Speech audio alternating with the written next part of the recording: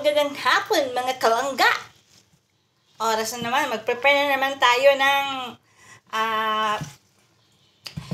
para lulutuin. Tinan mo, yan mo. Sagana kami dito sa green leafy vegetables, di ba? So, talagang veggie is life dito sa bahay na ito. Kaya, ayan.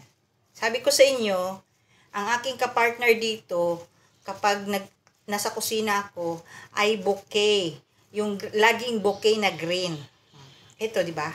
Bouquet na green. Kaya, ito ang laging green. Palagi ako naka-receive ng bouquet green. Every day. So, walang sawang pag-receive ng bouquet na green. Ay.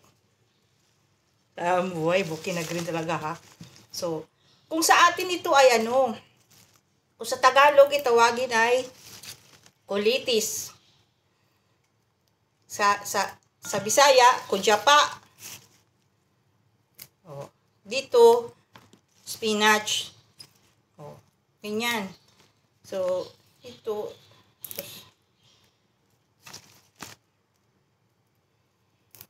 manghagpat tayo.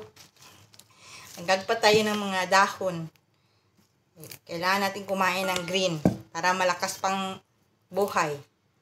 Magbigyan pa tayo ng long life. Diba? Kaya, kumain ng gulay para tayo ay titibay. Diba mga kalangga, mga ka-GSM Vlog? Kayo ba'y kumain ng ganito? Mga gulay-gulay. Dito guys, sagana gulay. Araw-araw kami gulay. Yan, nagluluto ako guys. Kaya,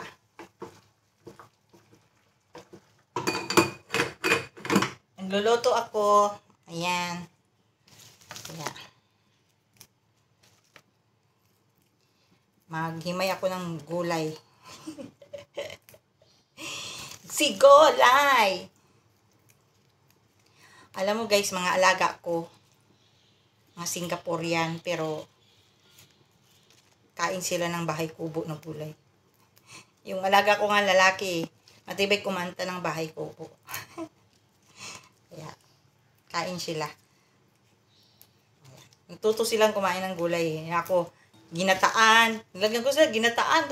Kain din sila ginataan.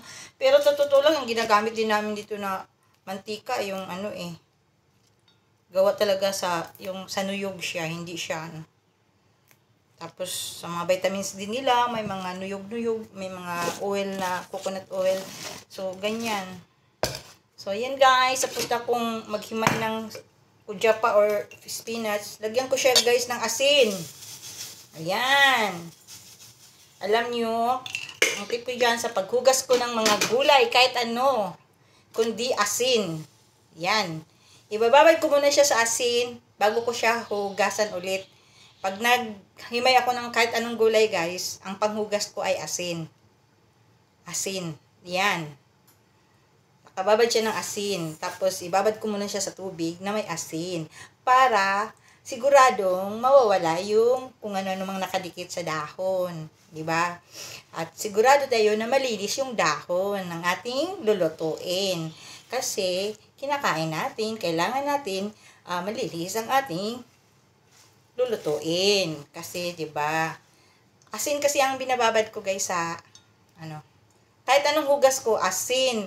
Or sometimes, konting suka lang na maano lang siya mahalo sa asin, tapos wag-wag mo lang siya, hugasan mo siya quickly para matanggal.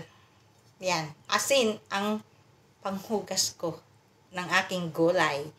O kahit ano pang karne or isda, asin talagang nilalamas ko dyan. At may konting limon para mawala yung mga langsa.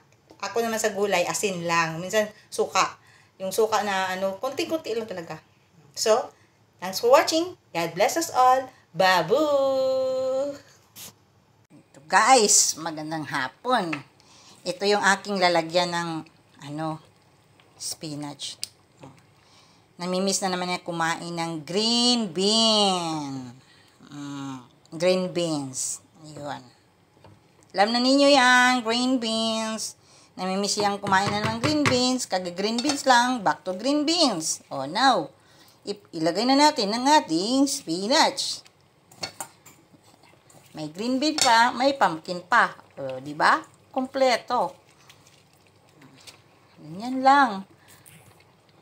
So, mag-fry lang ako ng chicken seaweed mamaya para pang partner sa gulay. Ayan na guys. Luto na ang ating gulay na may sabaw-sabaw konti. At mamaya, magpreto na lang si Jessem Blenlog ng chicken seaweed para pang side dish nila. O, diba? Luto na ang ating gulay na may sabaw-sabaw kunti. O, diba? Kaluluto ko lang nito guys, kailan? Last week. So, sabi ko sa inyo balik-balik lang ang aking luto dito O. Kasi yun lang din ang gusto nila. O, di sige. Mabilis lutuin. May pumpkin siya guys, So, yan ang buhay. Si gulay. Yan na. Maong. Luto na siya.